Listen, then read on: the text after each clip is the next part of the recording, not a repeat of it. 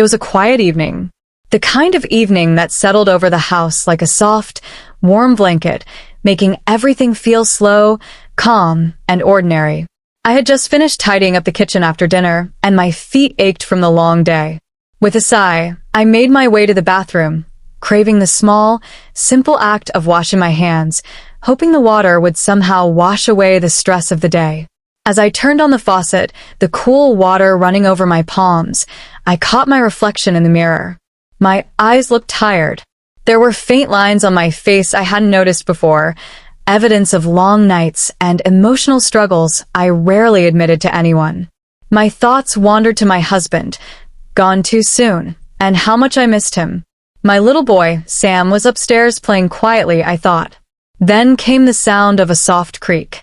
The bathroom door slowly opened. My head jerked up, and I blinked, surprised to see Sam stepping in. His little frame was barely enough to cover the doorway, and he had something hidden behind his back.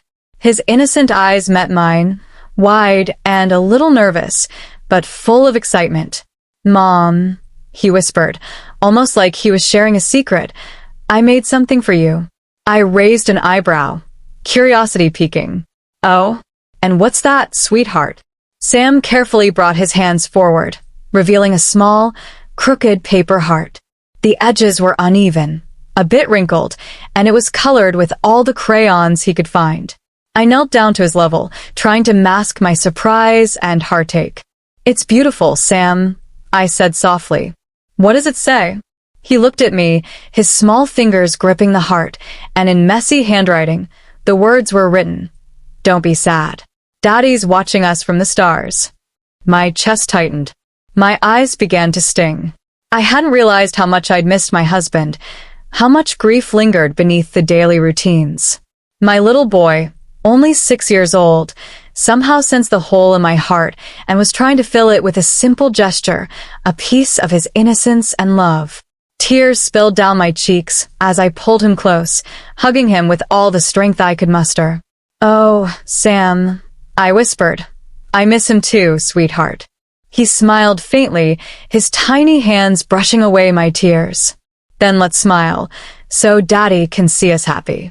That moment felt like a small miracle. It was a simple act, yet it carried the weight of the universe. The love between a mother and her child, the memory of a father lost too soon, and the resilience to find hope even in the quietest moments, it all converged into that single heartbeat of time.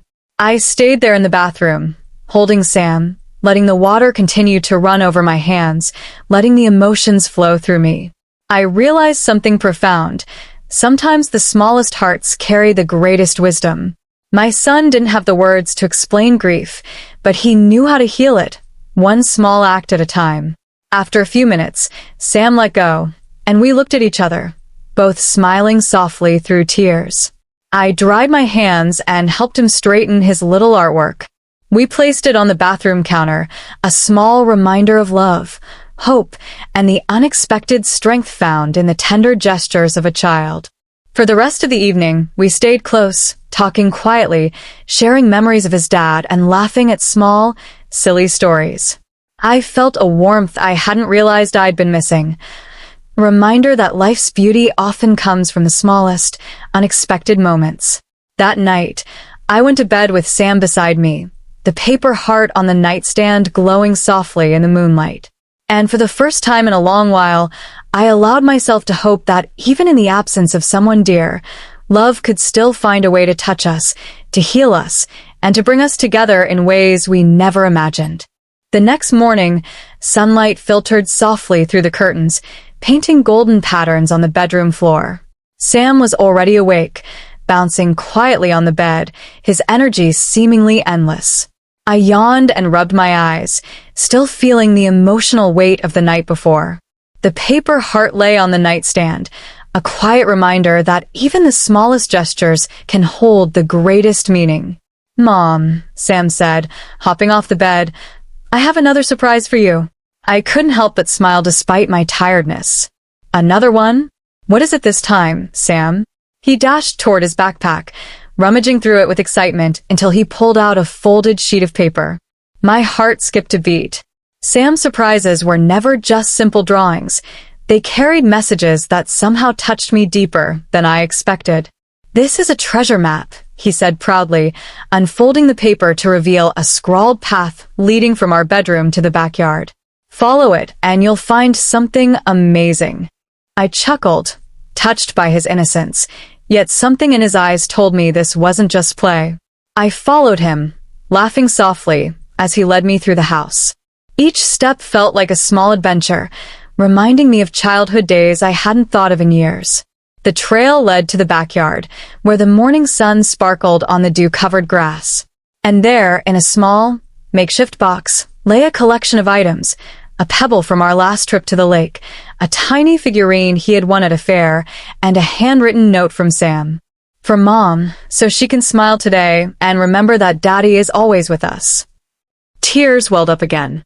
How could someone so small carry such wisdom, such love, and such understanding? Sam didn't fully understand grief, but he understood hope. And in that moment, I realized that sometimes the lessons we need the most come from the youngest among us. As I hugged him, he whispered, "Mom, I want to help you feel happy again, just like Daddy would want." The sincerity in his voice was overwhelming. I felt my heart swell with a mixture of pride and sorrow. I knelt down, holding his small hands, and said softly, "You are my little hero, Sam. You make me stronger every day." That day, we spent hours in the backyard. I watched him explore, run, and play, his laughter filling the air like a balm to my weary soul. He taught me to see beauty in the ordinary: a bird perched on a branch, sunlight dancing through leaves, the simple pleasure of being together. Later in the afternoon, I decided to tidy up the living room. Sam followed me, chattering about his plans for tomorrow. Then, as I was stacking some old photo albums, I stumbled upon one I hadn't opened in years, a collection of memories with his father. Curiosity and a sudden need to connect with him overwhelmed me. I opened the album, flipping through photographs that captured smiles, adventures, and moments of pure love. And then I saw it, a folded note tucked between two pictures. My hands trembled as I unfolded it. It was in his handwriting, a letter he had written to me before his passing. I hadn't known it existed. "If one day I am gone, I hope you both find happiness. Teach Sam to love, to laugh, and to live fully. Remember that love never dies." My chest tightened. Sam had never seen this letter, and yet, every little thing he had done in the past 24 hours seemed like a reflection of his father's wishes. My heart ached, but it also began to heal. For the first time in months, I allowed myself to feel hope. That evening, we sat together in the living room, Sam leaning against me as I read his father's letter aloud. He listened intently, his small fingers tracing the letters, as if absorbing every word. And as I finished, he looked up at me with those wide, innocent eyes. "Mom," he whispered, "Daddy is really proud of us, isn't he?" "Yes, Sam," I said, kissing his forehead. "He is so proud." We stayed that way for hours, wrapped in a blanket of quiet understanding. I realized that healing doesn't come all at once. It comes in pieces, in moments of love, in gestures that speak louder than words, and in the laughter of a child who carries hope in his heart. By nightfall, I had a new resolve. I would honor my husband's memory not with sadness, but by embracing the love we still had, in Sam, in our home, and in every small act that reminded us of him. The house felt alive in a way it hadn't in months. And as I tucked Sam into bed, he whispered, "Mom, tomorrow, let's have another adventure." I smiled, my heart full, knowing that no matter what challenges awaited, we could face them together, strengthened by love, memory, and the little heartbeats that carried the greatest lessons. The morning sun streamed through the bedroom curtains again, warm and inviting. Sam was awake early as usual, and he had a sparkle in his eyes that seemed to reflect a quiet excitement, the kind that promised today would be special. I stretched, still feeling the emotional weight of yesterday's discoveries. My husband's letter lay on the nightstand, a reminder that love persists even when someone is gone. "Mom, Sam said, tugging gently at my sleeve. "Let's go to the park. I want to show you something I made." Curiosity piqued, I followed him. He led me down the sidewalk toward the small neighborhood park, his little sneakers barely keeping pace with his boundless energy.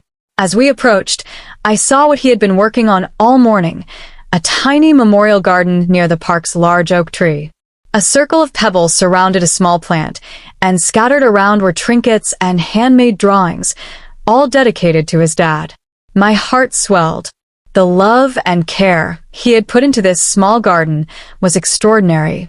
He looked up at me with shining eyes. "Now Daddy can see us, and we can still make him proud every day," he said softly. Tears welled in my eyes. I knelt beside him, brushing a stray lock of hair from his forehead.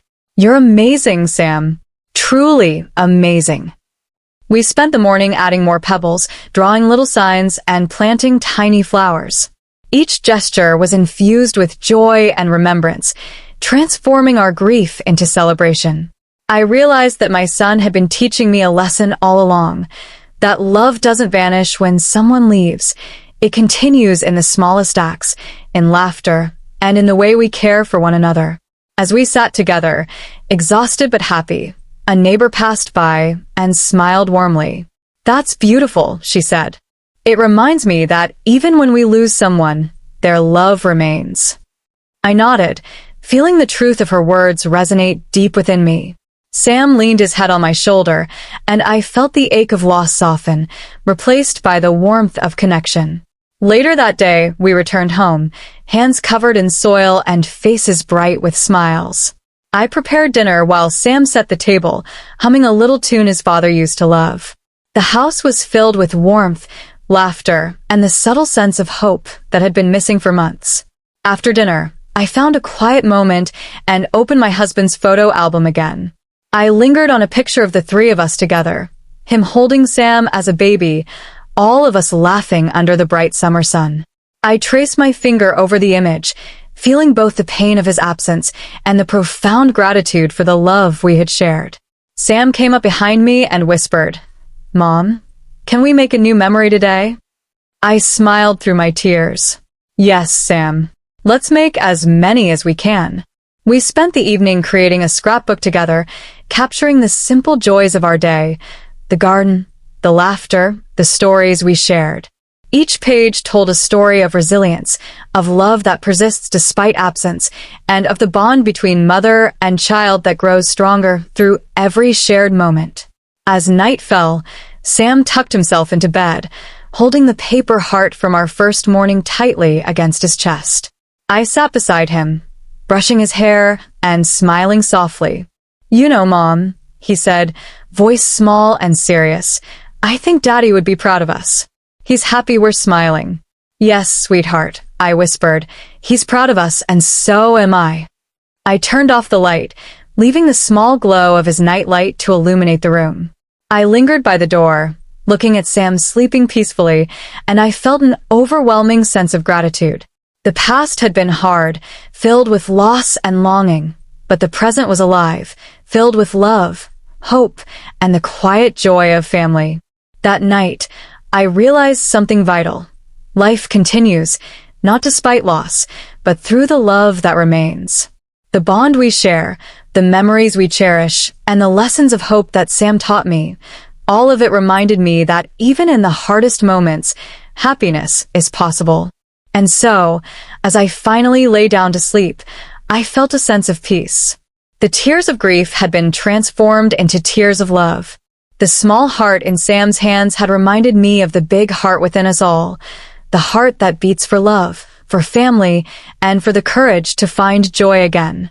In the morning, we would plant more flowers in our little garden. We would laugh, play, and share stories. We would remember the past, honor it, and still move forward. And through it all, we would carry the love of someone we lost, keeping it alive in our hearts and in the smallest, most meaningful moments of every day. Because in the end, love is not just what we feel. It is what we share, what we nurture, and what we pass on to those we hold dear. And as I watched Sam drift to sleep, I knew our story, though touched by loss, was ultimately a story of hope, resilience, and the endless power of love.